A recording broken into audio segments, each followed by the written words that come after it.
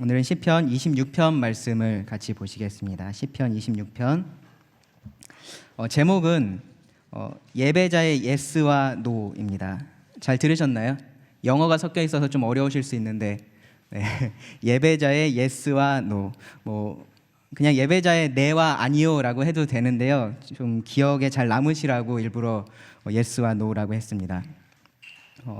예배자가 무엇에 대해서 예스라고 말하고 무엇에 대해서 노라고 말해야 되는지 함께 이 시편 26편의 말씀을 통해서 나누기를 원합니다. 시편 말씀을 이렇게 큐티나 그렇게 좀 이렇게 꾸준히 읽으시는 분들이 꽤 계신 걸로 알고 있습니다. 그런데 이 시편을 읽다 보면은 간혹 이렇게 당혹스러운 말씀들을 만날 때가 있습니다. 언제 그러냐면은 성경 전체의 가르침 혹은 특별히 우리가 이제 신약 시대에 살고 있기 때문에 이 신약에서 가르치고 있는 그 가르침과 이건 좀 다르지 않나 싶은 그러한 말씀들이 가끔씩 나옵니다. 언제 그러냐면은 다른 사람을 막 이렇게 저주하는 말씀들 있죠. 다른 사람을 이렇게 멸망하게 해달라, 막 이렇게 햇빛에 쓰러져가는 달팽이 같이 되게 해달라, 막 그러한 저주의 시편들이 있습니다. 그런 시편을 만나면 이게 도대체 어떻게 이해를 해야 될까? 예수님은 원수를 사랑하라고 하셨는데 이 시편 기자는 왜 이런 저주의 말을 할까? 그런 좀 당혹감이 생깁니다. 또 가끔은요, 시편을 읽다 보면은 죽으면 마치 모든 것이 다 끝나는 것처럼 이렇게 말하는 시편들도 있습니다. 또 어떤 경우는 하나님을 믿는데 죽으면 꼭 지옥에 갈 것처럼, 만약에 지금 죽으면 지옥에 갈 것처럼 그렇게 말하는 시편들도 있고요. 가끔은 구원받은 사람이 마치 그 구원을 잃어버릴 것처럼 말하는 시편들도 있습니다. 그런 시편을 읽다 보면 당혹스러울 때가 있는데요.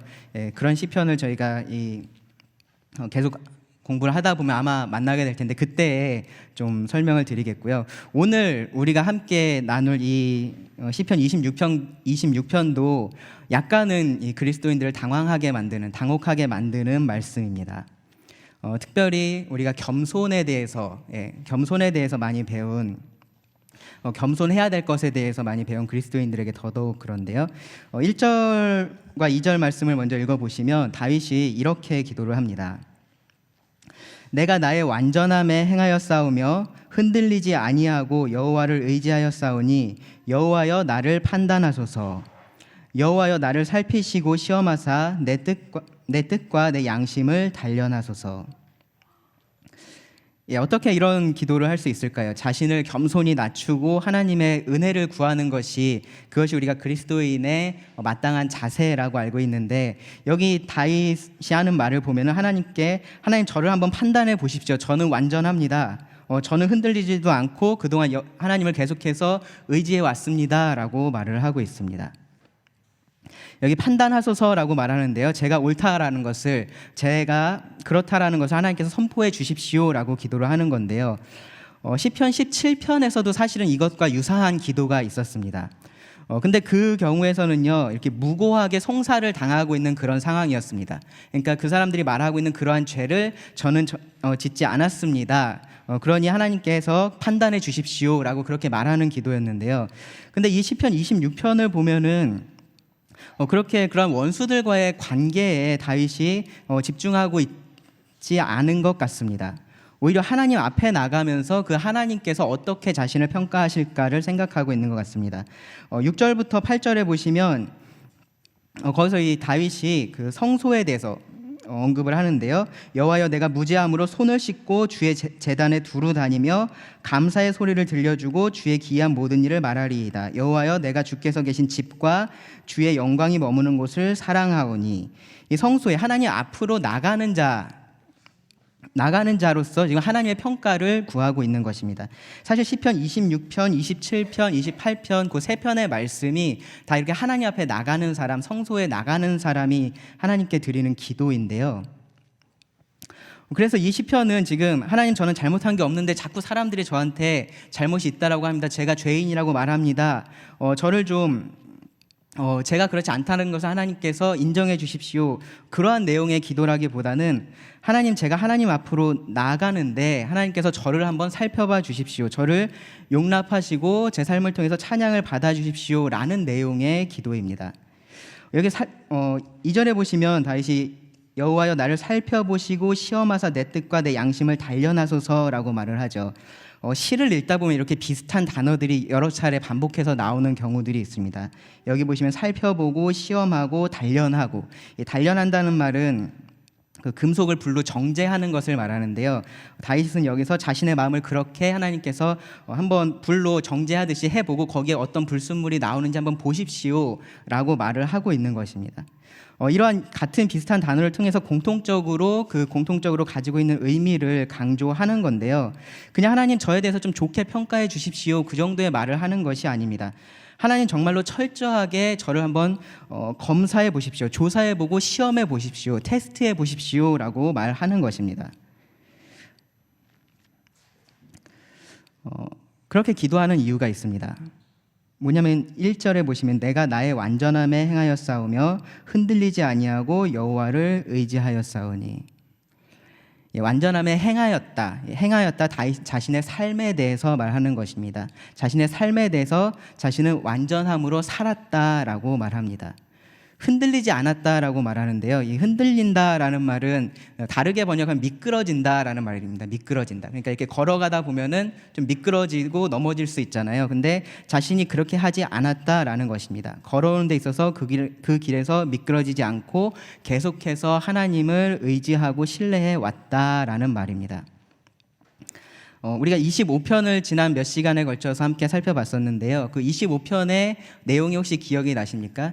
25편에서 다윗은 좁은 길에서 하나님의 뜻, 하나님의 길을 구하는 기도를 했었습니다.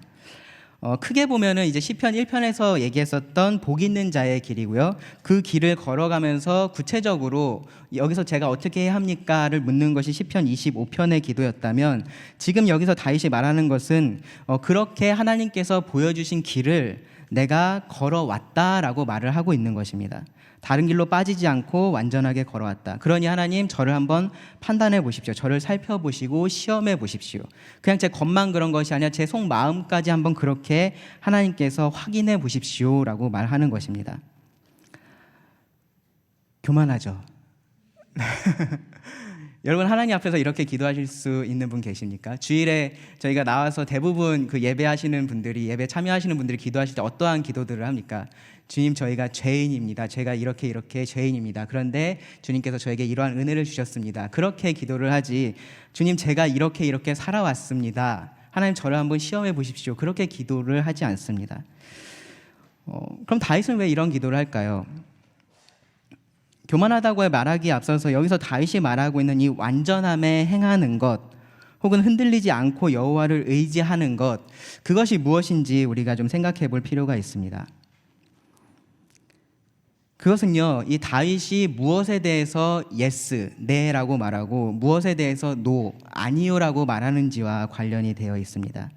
다윗의 걸음이 어느 길로 걸어갔는지와 관련이 되어 있습니다. 이 다윗의 삶, 다윗의 그 걸음을 보시면 3절에 이렇게 말합니다. 주의 인자하심이 내 목전에 있나이다. 내가 주의 진리 중에 행하여, 내가 주의 진리 중에 행하였다라고 말합니다. 무엇에 대해서 yes라고 말한 것입니까? 이 하나님의 진리, 주의 진리에 대해서 yes라고 말한 것입니다. 네라고 말한 것입니다. 하나님의 길을 단지 구했을 뿐만 아니고요, 그 길 그대로 행했습니다. 25편에서 하나님의 길을 보여달라고, 알게 해달라고 구했던 이유가 무엇이었냐면 그 길로 행하기 위함이었던 것입니다. 어떻게 보면 당연한 말인 것 같죠. 당연한 말인 것 같습니다. 그런데 우리는 그렇게 하지 않을 때가 있습니다. 하나님께서 분명히 그 뜻을 보여주시고 있는 것에 대해서 우리는 노라고 말할 때가 있습니다. 그 길을 걸어가지 않으려고 할 때가 있습니다. 이상하지 않습니까? 하나님께 뜻을 보여달라고 하면서 왜 그 길을 걸어가려 하지 않을까요? 때로는 하나님께서 보여주시는 그 길이 힘들기 때문에 그렇고요, 때로는 그 길이 내가 원하는 것과 다르기 때문에 그렇습니다. 그래서 가끔씩 그렇게 기도하시는 분들도 계세요. 하나님께서 어떠한 길을 보여주셔도 그거 말고 혹시 다른 건 없습니까? 이 길은 어떻습니까? 오히려 하나님에게 제안을 하는 것입니다. 다윗은 그렇게 하지 않았습니다. 하나님의 진리를 그 삶의 기준으로 삼고 그 길을 따라서 행했다라고 말합니다. 많은 사람들이, 사실은 모든 사람들이 자신의 그러한 기준을 가지고 자신이 옳다라고 생각하는 길, 혹은 자신이 좋아하는 길을 걸어갑니다. 그런 면에서 보면 다윗이 말하고 있는 이 주의 진리의 길도 그런 많은 길 중에 하나처럼 보일 수 있습니다. 그런데 그렇게 단순한 문제는 아닙니다. 왜 그러냐 하면 이 다윗이 말하고 있는 길은 내가 좋아하는 길, 내가 원하는 길이 아니라 하나님께서 원하시는 길, 여기 보면 주의 길, 주의 진리라고 말하죠. 하나님께서 원하시는 길, 하나님께서 좋아하시는 길을 걸어가는 것이기 때문입니다. 그 길이 아니면 다른 길을 버리는 길이기 때문입니다. 그 길이 다른 사람이 좋아하는 길일 수도 있고요, 내가 좋아하는 길일 수도 있습니다. 그것하고 상관없이 하나님께서 좋아하시는 그 길로 가는 것이 바로 이 진리 중에 행하는 길입니다. 다른 길로 가지 말아야 합니다. 그 다윗은 걷지 않은 길에 대해서 4절과 5절에서 말하는데요, 보시면 허망한 사람과 같이 앉지 아니하였사오니 간사한 자와 동행하지도 아니하리이다. 내가 행악자의 집회를 미워하오니 악한 자와 같이 앉지 아니하리이다. 앞에 2절에서처럼 비슷한 말들이 계속해서 반복이 됩니다. 허망한 사람, 간사한 사람, 행악자 혹은 악한 자, 그런 비슷한 단어들이 반복이 되고요. 그리고 같이 앉는 것, 동행하는 것, 그리고 사람들이 모인 그런 집회, 또 비슷한 단어들이 반복이 됩니다. 어떤 길을 말할까요? 먼저 이 허망한 자는 헛된 것 혹은 거짓을 추구하는 그러한 사람들입니다. 그런 사람들과 같이 앉지 않는다라고 말합니다. 그냥 단순히 같은 자리에 앉아있지 않은 것, 그것만을 말하는 것은 아니고요, 같은 자리에 앉는다라는 것, 같이 교제하면서 그 뜻을 같이 하는 것, 동조하는 것을 말합니다. 헛된 신을 섬기는 일 혹은 헛된 세상의 일, 그러한 일을 마음에 두지 않는 것입니다. 그렇게 하는 것이 허망한 사람과 같이 앉지 않는 것이고요. 다음에 이제 간사한 자와 동행하지 않는 것에 대해서 말하는데요, 간사한 자는 자신의 이익을 위해서 이렇게 겉으로 보이는 것으로 사람을 속이는 것, 그러면서 자신의 진심을 숨기는 사람, 그러한 사람을 말합니다. 그러한 사람과도 동행하지 않는다, 같은 길을 걸어가지 않는다라고 말합니다.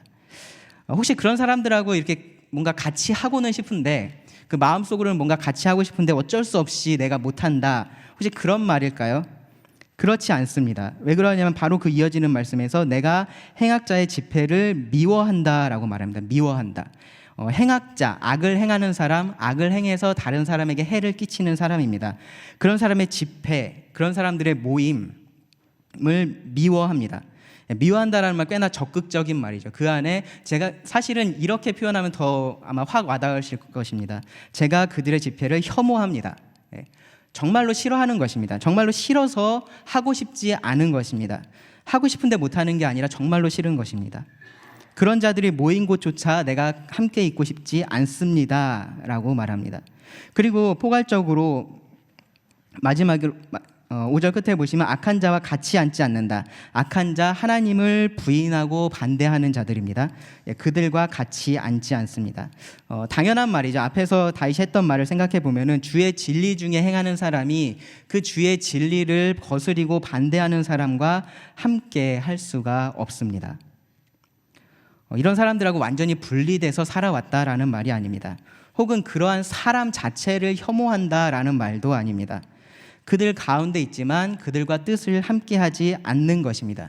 그들과 내가 함께 생활을 하지만 그들이 걷는 길을 나도 따라서 같이 걸어가지 않는다라고 말하는 것입니다.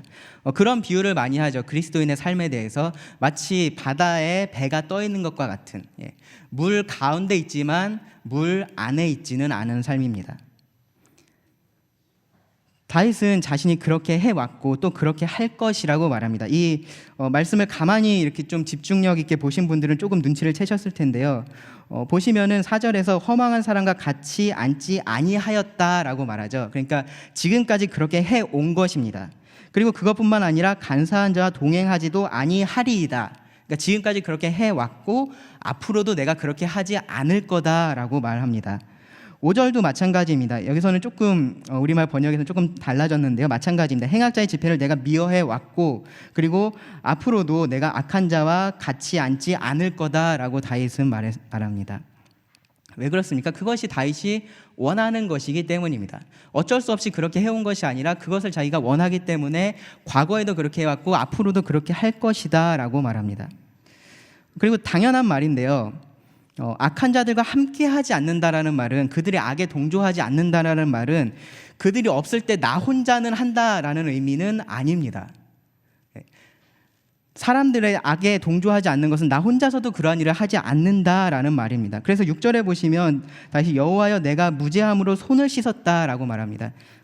내가 무죄함으로 손을 씻었다. 아무런 관계가 없다라고 그러한 상징적인 행위인데요. 다른 사람들의 죄에 동조하지도 않고 그런 죄에 빠지지도 않았다. 그리고 10절에 보시면 다시 한번 그 삶에 대해서 이렇게 정리를 합니다. 그들의 손에 사악함이 있고 그들의 오른손에 뇌물이 가득하오나 나는 나의 완전함에 행하오리니. 죄의 길에 대해서, 죄인의 길에 대해서 노라고 말하는 것입니다. 그리고 하나님의 진리에 대해서 예스라고 말하는 것입니다. 그리고 그것이 다윗이 걸어온 길입니다. 쉬운 길이 아닙니다. 쉬운 길이 아닙니다. 왜냐하면 많은 사람들과 다른 기준을 가지고 살아가는 삶이기 때문에 그렇습니다. 그리고 그런 사람들과 함께 살아가야 되는 길이기 때문에 그렇습니다. 가끔은 나도 어디에 내가 예스라고 말하고 어디에 내가 노라고 말해야 할지 혼란스러울 때도 있기 때문에 그렇습니다. 그리고 결과적으로 이렇게 하는 것이 현실적으로 정말로 가능한 것인지, 그렇게 하는 것이 정말로 효과가 있는 것인지에 대한 의문도 생기기 때문에 그렇습니다. 때로는요, 그냥 말씀대로 하지 않아도 그 결과가 좋을 것 같다라고 생각이 들 때도 있기 때문에 그렇습니다. 내가 힘들고 고생하는 것은 참을 만한데 내가 그렇게 함으로써 다른 사람들도 힘들게 하는 것 같아서 그것이 힘들어서 그렇습니다. 정말로 어렵고 갈등이 많이 있는 삶입니다. 계속되는 싸움입니다. 근데 다윗은 왜 그런 삶을 살고 싶어 할까요? 무엇을 위해서 그런 삶을 살아왔을까요? 6절에 보시면 다윗이 그 삶의 목적에 대해서 말합니다. 그가 그러한 삶을 살아가는 목적에 대해서 말합니다. 여호와여 내가 무죄함으로 손을 씻고 주의 제단에 두루 다니며. 7절에 감사의 소리를 들려주고 주의 기이한 모든 일을 말하리이다. 그 목적이 무엇입니까? 예배입니다. 하나님을 예배하는 것입니다. 하나님을 높이는 것입니다. 하나님 앞에 나가서 그분을 높이기를 원합니다. 하나님 앞에 나가려고 하는데, 하나님 앞으로 내가 나가야 하는데 하나님의 길이 아니라 다른 길로 갈 수는 없습니다. 당연히 그렇습니다. 그렇기 때문에 다윗이 하나님의 길로 행한 것입니다. 하나님 앞에 나와서 감사의 말을 하고요, 하나님께서 하신 놀라운 일들을 선포하기를 원합니다. 그리고 이 말에서 우리는 이 다윗이 자신의 삶을 보는 그 관점을 볼 수 있습니다. 다윗이 저희가 읽을 때 조금은 좀 교만한 듯이 그렇게 말하는 것 같지만, 근데 그의 기도가 교만에서 나온 것이 아니라는 것을 이 말을 통해서 알 수 있습니다. 하나님을 예배하러 나오면서 자신의 삶에 대해서 감사합니다. 그리고 그 삶에서 그 삶이 어떤 삶이라고 말하냐면 주께서 기이한 일을 행하신 삶이라고 말합니다. 여러분 그 성전에 올라갔던 그 바리새인을 기억하실 것입니다. 그 바리새인의 기도를 기억하십니까? 다른 사람하고 내가 같지 않은 것에 감사한다라고 말합니다. 저는 다른 사람과 다르게 도덕적으로도 아무런 문제가 없고 의식적으로 예식적으로도 깨끗합니다라고 고백을 합니다.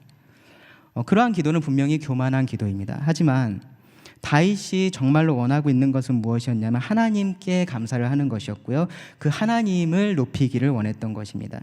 자신이 진리의 길로 행할 수 있던 것, 하나님께서 그 삶 속에서 기이한 일, 놀라운 일을 행하셨기 때문이다라고 말합니다. 그래서 이 하나님을 찬양하고 하나님을 높이기를 원합니다. 12절에 보시면 이렇게 말하는데요, 12절 끝에 보시면 무리 가운데서 여호와를 송축하리이다. 여호와를 송축하리이다. 제가 오늘 이 송축이라는 말을 국어사전에서 찾아봤는데요, 이런 의미라고 쓰여 있었습니다. 경사를 기리고 축하한다. 경사를 기리고 축하한다. 어떤 좋은 일에 대해서 그것을 기념하고 그것을 축하하는 것입니다. 하나님께서 하신 일, 그 일을 기념하고 그 일을 하신 하나님을 축하하는 것입니다. 그 하나님을 찬양하는 것입니다. 아주 정확한 표현입니다. 그것이 다윗이 원했던 것이고요, 그리고 그것을 위해서 최선을 다해서 이 하나님의 길로 행했습니다. 하나님을 예배하는 것, 하나님께 감사하고 그 하나님께 찬양하는 것, 혼자서도 할 수 있을까요? 혼자서도 충분히 할 수 있습니다. 우리가 충분히 혼자서도 하나님을 예배할 수 있습니다. 아무도 없는 곳에서 하나님께 감사할 수 있고요. 놀라운 일을 찬양할 수 있습니다. 그런데 다윗이 원하는 것은요, 가만히 보시면 혼자서 그렇게 하는 것이 아닙니다. 다른 사람들에게 이 감사의 말을 전하기를 원합니다. 여기 표현해 보시면 표현이 굉장히 특이합니다. 감사의 소리를 들려주고 라고 말합니다. 감사의 소리를 들려주고.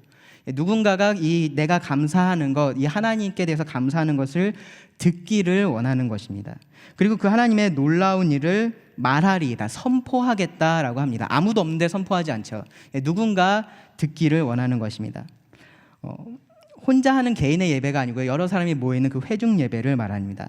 다른 사람들 앞에서 하나님을 높이기를 원하는 것입니다. 다른 사람들과 함께 하나님을 찬양하기를 원합니다. 그래서요, 다윗이 정말로 원했던 것은 무엇이었냐면, 이러한 완전한 삶, 온전한 삶, 하나님을 추구하는 그런 삶을 살면서 다윗이 정말로 원했던 것은 그렇게 해서 내가 사람들 앞에 얼마나 좋게 보이느냐가 아니었습니다. 내가 사람들 앞에서 나의 평판이 좋아지는 것이 아니라 이 하나님의 평판이 사람들 앞에서 좋아지기를, 사람들이 그 하나님을 함께, 다윗과 함께 높일 수 있게 되기를, 그러한 것을 원하는 마음이 있었습니다. 그것이 다윗의 삶의 목적이었고요, 그렇게 되는 것이 이 다윗의 삶의 결과로서 원하는 것이었습니다. 삶 속에서도 하나님께서 높임을 받으시고 그 입술을 통해서도 하나님께서 높임을 받으시기를 원합니다. 이 다윗의 시편을 가만히 읽어보면요, 다윗이 정말로 그것을 원하고 있다라는 것이 느껴집니다. 다윗이 정말로 그것을 자기 삶의 중심으로 삼고 있다라는 것이 느껴집니다. 그러면서 그 생각을 해봤습니다. 나는 무엇을 위해서 하루하루를 살아갈까?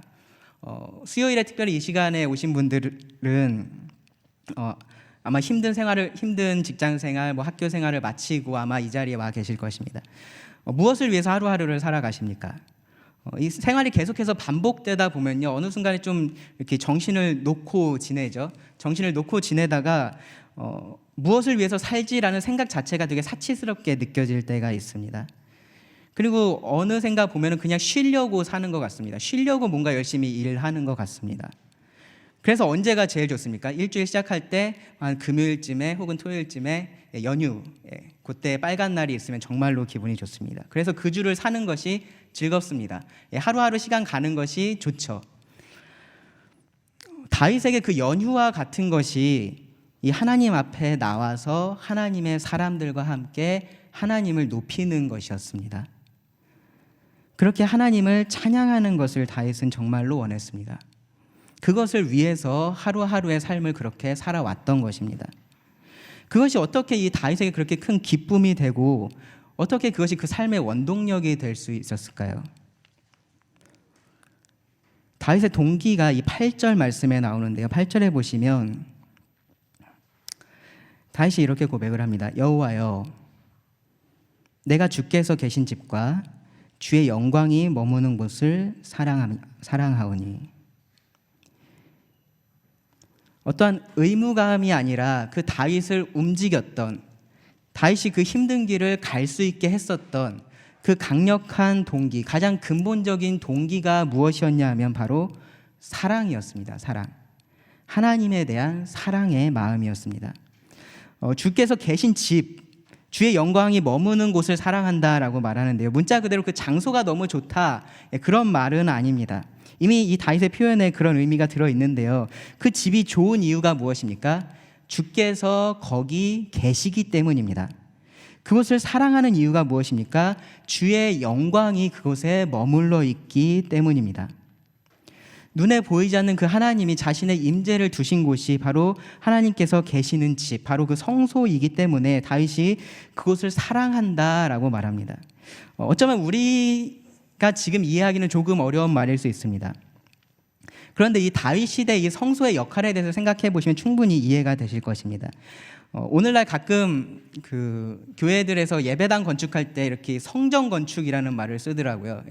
예배당을 성전이라고 말을 하는 건데 뭐 어떤 면에서는 맞는 부분이 있을 수 있겠지만 사실은 그 정확한 표현은 아닙니다. 오늘날 우리가 이 예배당에 대해서 가지고 있는 생각은 다윗이 그 당시에 그 성소를 향해서 가지고 있었던 것과는 정말로 많이 다릅니다. 오늘날 우리는 어디서 예배를 할 수 있습니까? 어디서 하나님을 만날 수 있습니까? 어디서나죠. 어느 곳에서나 언제나 만날 수 있습니다. 왜 그렇습니까? 성전 대신 예수 그리스도가 우리에게 계시기 때문에 그렇습니다. 우리가 그 그리스도를 통해서 언제 어디서나 하나님을 만날 수 있습니다. 그런데 구약시대 다윗이 살던 시대는 그렇지 않았습니다. 물론 하나님을 생각하고 다른 곳에서도 하나님께 감사하고 할 수 있었지만 그 하나님의 특별한 임재가 있었던 곳은 성소라는 특별한 장소였습니다. 다윗이 살던 시대는 성막이었죠. 그렇죠? 하나의 막을 지어놓고 그곳에 하나님의 언약궤를 두었습니다. 그곳에서 하나님을 만났습니다. 다른 곳에서 하나님을 예배할 수 없었습니다. 함께 모여서 하나님을 예배한다라고 할 수 없었습니다. 그곳에 가야지만 했습니다. 그렇기 때문에 이 성소가 다윗에게 있어서 너무나 특별한 곳이었기 때문입니다. 왜 그렇습니까? 자기가 정말로 사랑하는 분이 계신 곳이기 때문에, 자기가 정말로 사랑하는 그분이 계신 곳이기 때문에 그 성소가 다윗에게 있어서는 너무나 특별했습니다. 그래서 그곳을 사모합니다. 심지어 그런 이야기도 하죠. 그 성전에 문지기로 있는 것이 좋다. 하나님에 대한 사랑이 특별하기 때문에 그 성소에 대한 사랑도 특별했던 것입니다. 그리고 그 사랑이 다윗이 했던 모든 것들의 동기가 되었습니다. 하나님을 사랑하기 때문에 하나님을 높이기를 원했습니다. 하나님을 사랑했기 때문에 특별히 다른 사람들 앞에서 다른 사람들과 함께 그 하나님이 높아지기를 원했습니다. 여러분들도 그런 것들이 있을 것입니다. 내가 정말로 좋아하는 것, 내가 가치를 인정하는 것이 있으면 나 혼자 그냥 좋아하고 말고 거기서 끝나지 않습니다. 그것에 대해서 다른 사람들과 함께 공유하기를 원합니다. 다윗이 딱 그런 마음입니다. 정말로 이 하나님이 어떠하신 분이신지 알기 때문에 그 하나님을 높이기를 원합니다. 자기 혼자 그렇게 하는 것이 아니라 다른 사람들과 함께 그렇게 하기를 원합니다. 아직 그것을 모르는 사람이 있으면 그들에게 그것을 선포하기를 원합니다. 나뿐만 아니라 다른 사람들을 통해서도 이 하나님이 높임 받으시기를 원합니다. 그리고 그 하나님이 높임 받으시기를 원하기 때문에 진리의 길로, 그 하나님의 길로 계속해서 행합니다. 하나님께서 원하시는 길로 행하고요, 하나님을 대적하는 그 길을 가려고 하지 않습니다. 그것을 가고 싶어 하지 않습니다. 다른 사람의 길이 여전히 좋고 그런데 내가 가지 못하는 것이 아닙니다. 궁극적으로 그 길이 싫어서 가지 않으려고 하는 것입니다. 그 길이 밉습니다. 어떻게 저 하나님을 대적할 수 있을까라는 마음이 그 안에 있는 것입니다. 근데 때로는 유혹에 넘어지기도 하죠. 근데 그게 정말로 좋아서 그것을 하고 있는 것이 아닙니다. 그렇기 때문에 자신이 넘어졌다라는 것을 알면 그 즉시 회개하고 하나님께로 돌아옵니다. 그것이 다윗이 말하는 완전한 삶입니다. 완전한 걸음입니다. 흠없이 온전하게 하나님을 사랑하고요, 그리고 내 입술로 그 하나님을 찬양하는 것입니다. 여러분 어떠십니까? 다윗이 유별나게 들리십니까? 저는 그렇지 않다고 생각합니다. 정말로 주님을 믿는 사람이라면, 정말로 구원받은 사람이라면 그 마음속 깊은 곳에서 원하는 것이 이런 것이어야 합니다. 그저 내 삶에 어떤 식으로든 하나님을 믿으면 도움이 될까 해서 하나님을 섬기는 것이 아닙니다. 하나님 믿으면 지옥 안 가고 천국 간대, 그것 때문에 하나님을 섬기는 것이 아닙니다. 그것 때문에 하나님을 믿는 것이 아닙니다. 만약에 정말로 그런 이유 때문이라면, 하나님께서 내 삶에 어떤 식으로든 도움이 되니까 내가 하나님을 믿는다라고 생각하신다면 여러분들의 믿음을 다시 한번 점검해 보시기 바랍니다. 그것이 정말로 믿음을 가진 자의 모습이 아닙니다.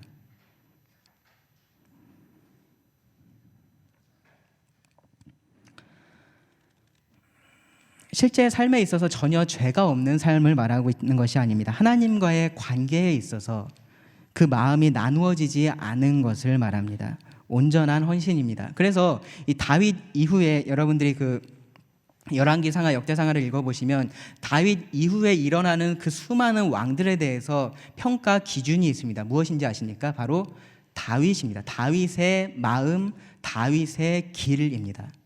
다윗보다 얼마나 더 많은 죄를 지었냐, 적은 죄를 지었냐, 얼마나 큰 죄를 지었냐, 그러한 문제가 아닙니다. 그 마음이 하나님을 향해서 온전했었냐, 그것이 그들을 평가하는 기준이 되었습니다. 나뉘지 않은 마음으로 하나님을 바라보고 그분을 향해서 가는 것, 그것이 완전한 삶입니다. 하나님을 사랑하기 때문에 그렇게 하는 것입니다. 하나님을 사랑하기 때문에 하나님의 말씀에 대해서 yes라고 말하고요. 그리고 그것에 반대하는 것들에 대해서는 no라고 단호하게 말하는 것, 그것이 바로 예배자의 삶입니다. 그 과정에서 넘어질 수 있습니다. 하지만 아주 엎드러지지 않습니다. 다시 일어나서 그 하나님을 바라보고 걸어갑니다. 그래서 그런 삶을요, 어떤 분은 요요하고 비슷한 삶이다라고 말씀을 하시더라고요. 요요. 여러분 요요 아시나요? 그 아이들 가지고 노는 거, 이렇게 긴 실의 끝에 이렇게 동그란 게 매달려 있어서 이렇게 하면은 오르락 내리락 합니다. 우리들의 삶이 그렇습니다. 그런데 그냥 요요가 아니고요, 계단을 올라가면서 가지고 노는 요요와 비슷합니다. 무슨 말이냐면 어느 순간을 보면은 올라가고 있을 수도 있고 내려갈 수도 있습니다. 그런데 멀리서 그 삶을 바라보면 어떻습니까? 계속해서 오르락내리락 하지만 점점점 올라가고 있습니다. 그것이 완전한 자의 삶입니다. 하나님을 바라보고 그 길을 걸어가는 것입니다. 그 마음이 근본적으로 달라져 있습니다. 어떻게 그렇게 마음이 달라질까요? 우리가 시편 14편에서 사람이 어떤 존재인지 배웠었습니다. 하나님을 찾지도 않고요, 정말로 그 마음에 교만이 가득해서 하나님을 대적하는 자들이 사람입니다. 다윗도 그러한 사람입니다. 그런데 어떻게 그런 사람이 이렇게 바뀔 수 있을까요? 3절에 보시면 다윗이 이런 힌트를 줍니다. 주의 인자하심이 내 목전에 있나이다. 주의 인자하심이 내 목전에 있나이다. 주의 인자하심, 주의 사랑, 그분의 언약에 신실하신 사랑, 그 사랑이 이 다윗을 먼저 찾아왔습니다. 그리고 그것을 항상 다윗은 자기 눈앞에서 보고 있습니다. 그 삶 속에서 변함없이 역사하시는 그 사랑을 다윗이 보고 있습니다. 그렇기 때문에 그 하나님께 감사하고 그 하나님의 놀라우신 일을 찬양할 수밖에 없습니다. 오늘날 우리한테 적용해서 말씀드리면요, 하나님께서 먼저 우리를 사랑하셔서 우리를 찾아오셨고요, 우리를 구원하셨습니다. 그리고 그 구원받은 자로서 계속해서 살 수 있게 하십니다. 역사하고 계십니다. 우리의 마음의 소원을 바꿔주셨습니다. 그 하나님을 위해서 살고자 하는 마음의 소원을 주시고 그렇게 행할 수 있게 하십니다. 우리가 빌립보서 말씀에서 이 말씀을 배웠었습니다. 너희 안에서 행하시는 이는 하나님이시니 자기의 기쁘신 뜻을 위하여 너희에게 소원을 두고 행하게 하시나니. 이것이 하나님을 섬기는 자들입니다. 이것이 예배하는 자들입니다. 그리고 그 이어지는 말씀에서 다윗은 그 예배하는 자로서의 그런 합당한 기대를 합니다. 두 가지 기대인데요, 하나는 영원에 대한 것이고 하나는 지금 이 땅에 대한 것인데요. 9절에 보시면 영혼에 대해서 이러한 기대를 합니다. 내 영혼을 죄인과 함께, 내 생명을 살인자와 함께 거두지 마소서. 나는 그 죄인들과 다른 길을 걸어왔습니다. 그러니 어떠한 것을 기대할 수 있습니까? 다른 목적지에 도착할 것을 기대하는 것입니다. 영혼에 있어서도 내가 지금 이 길에서 그들과 함께하지 않기 때문에 영혼에 있어서도 그 결과에 있어서도 그들과 함께하지 않을 것을 확신하고 이러한 기도를 합니다. 그리고 또 다른 기도는 뭐냐 하면요, 11절에 보시면 나는 나의 완전함에 행하오리니 나를 속량하시고 내게 은혜를 베푸소서. 내 발이 평탄한 데 섰사오니 무리 가운데서 여호와를 송축하리이다. 속량하시고 은혜를 베풀어 달라라고 구합니다. 이것이 지금 다윗이 지금 상황에서 원하는 것입니다. 그리고 그 기도는요, 그 응답에 대한 확신으로 이어지는데요, 그것이 바로 내 발이 평탄한 데 서는 것, 그리고 무리 가운데서, 모임 가운데서, 사람들 가운데서 여호와를 송축하는 것, 그렇게 될 것을 확신합니다. 사실 하나님께서 이렇게 하지 않으셔도 아마 다윗은 상관없다라고 말할 것입니다. 왜냐하면 평탄한 삶을 위해서 다윗이 그러한 삶을 사는 것이 아니었기 때문입니다. 평안한 삶을 위해서 그렇게 사는 것이 아니었기 때문입니다. 하나님을 사랑하기 때문에 그러한 삶을 살아온 것이기 때문입니다. 그런데 만약에 하나님께서 이 다윗의 그러한 삶을 보시고 그를 살펴보시고 시험하시고 정죄하신 후에 그러한 은혜를 주신다면 그것 때문에 이 하나님이 어떤 분이신지가 더욱더 분명하게 드러나게 될 것입니다. 사람들은 그 눈에 보이는 결과를 통해서 하나님이 어떤 분이신지를 알게 될 것입니다. 그래서 그렇게 하나님께서 높임 받으시기를 원한다라는 것이 다윗의 마지막 기대입니다. 다윗의 이 기도를 통해서 이 예배자의 삶이 어떠한 삶인지, 예배자가 무엇에 대해서 예스라고 말하고 무엇에 대해서 노라고 말하는지를 같이 생각을 해봤습니다. 우리하고 좀 거리가 먼 얘기 같으십니까? 율법 아래 살았던 이 다윗이기 때문에 그렇게 살았지라는 생각이 드십니까? 그렇지 않습니다. 신약 성경에서도 하나님은 우리들에게 동일한 삶을 살 것을 말씀하십니다. 땅의 것을 생각하지 말고 위의 것을 찾으라라고 말씀하십니다. 악을 미워하고 선을 행하라고 말씀하십니다. 옛사람을 버리고 새사람을 입으라고 말씀하십니다. 어둠의 자녀가 아니라 이제는 빛의 자녀로 행하라고 말씀하십니다. 이 말을 다르게 하면요, 어떤 말로 바꿀 수 있냐면요, 하나님을 사랑하기 위해서, 이 하나님을 사랑하기 위해서 내가 그동안 사랑해왔던 그 모든 것들을 버려라 라고 말하는 것입니다. 하나님 한 분을 사랑하기 위해서 다른 내가 사랑했던 모든 것들을 버려라 라고 말하는 것입니다. 사실 너무나 당연하지 않습니까? 여러분, 결혼에 대해서 한번 생각해 보십시오. 결혼에 대해서 한 사람과의 그 더 깊은 사랑의 관계로 들어가기 위해서 우리는 어떻게 합니까? 다른 사랑하는 것들을 버려야 합니다. 그것이 당연합니다. 저는 성경이 우리의 삶을 이렇게 걸어가는 것, 길을 걷는 것으로 표현하는 것이 아주 적절하다라는 생각이 드는데요.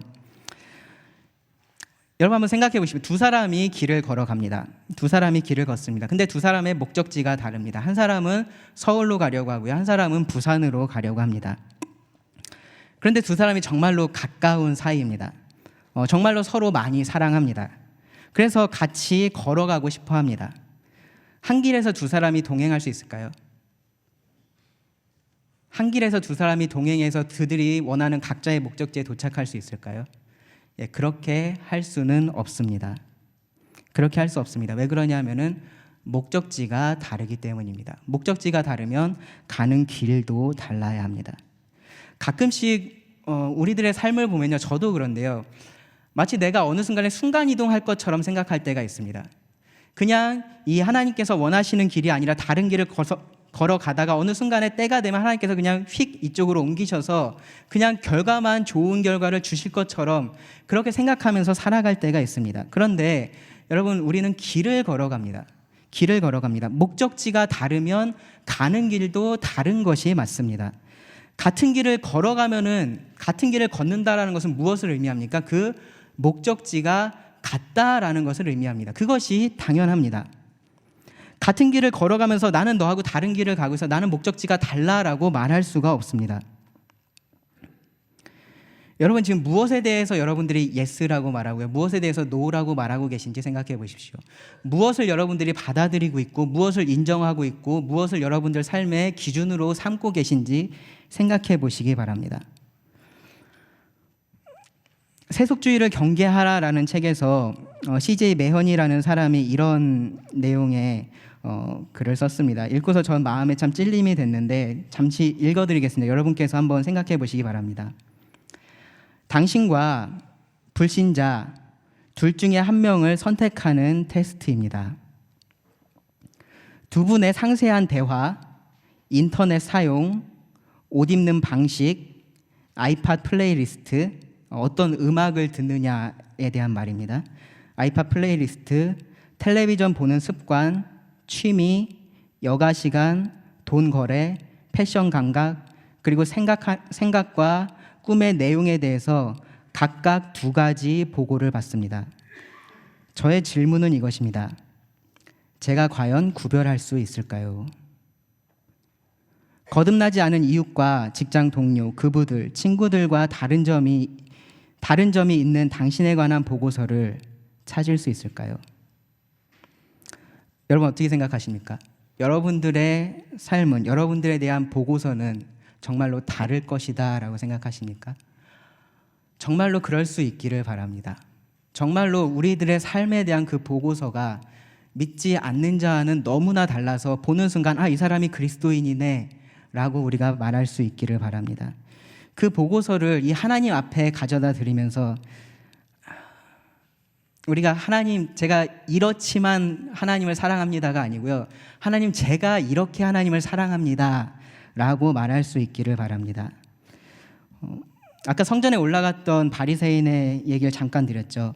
그 성전에 같이 올라갔던 한 세리가 있었습니다. 그 세리가 하나님께 이렇게 기도했습니다. 하나님, 저를 불쌍히 여겨주십시오. 저는 죄인입니다. 그 세리가 하나님께 의롭다 하심을 받고 내려갔습니다. 그 의롭다 하심을 받은 세리가 그 다음에도 계속해서 와서 동일한 고백을 한다면 여러분들 어떻게 생각하시겠습니까? 만약에 그 삶이 전과 달라진 것이 아무것도 없다면 여러분들은 그 세리에 대해서 뭐라고 말씀하시겠습니까? 의롭다 하심을 얻은 세리는 그 전과 동일한 삶을 살 수 없습니다. 은혜를 입은 사람이 은혜를 모르는 사람과 똑같은 삶을 살 수는 없습니다.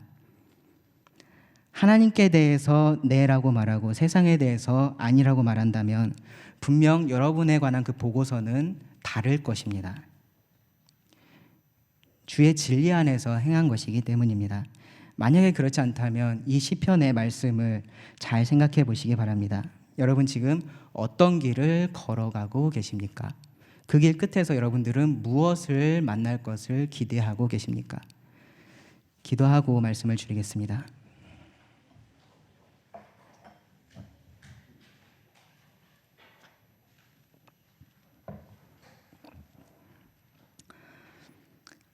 하나님, 우리를 먼저 사랑하셔서 우리로 하나님을 사랑하고 또 예배할 수 있도록 하심에 감사를 드립니다. 영광의 하나님을 알게 하셨고 또 그 하나님을 세상에 전하게 하심에 감사드립니다. 우리를 어둠에서 구하시고 또 빛 가운데서 행하게 하심에 감사를 드립니다. 주님, 우리가 더욱더 그 하나님을 높이기를 원합니다. 우리 삶 속에서 역사하시고 또 우리가 그 놀라운 하나님을 찬양하게 하소서. 우리의 삶이 그 하나님의 진리 안에 있어서 세상의 사람들이 그 하나님을 보고 그 하나님을 높이게 하소서. 주님께서 우리가 하는 모든 것들을 통해서 높임 받으시기를 원합니다. 주님을 사랑하기를 원합니다. 모든 기도 예수님의 이름으로 기도드립니다.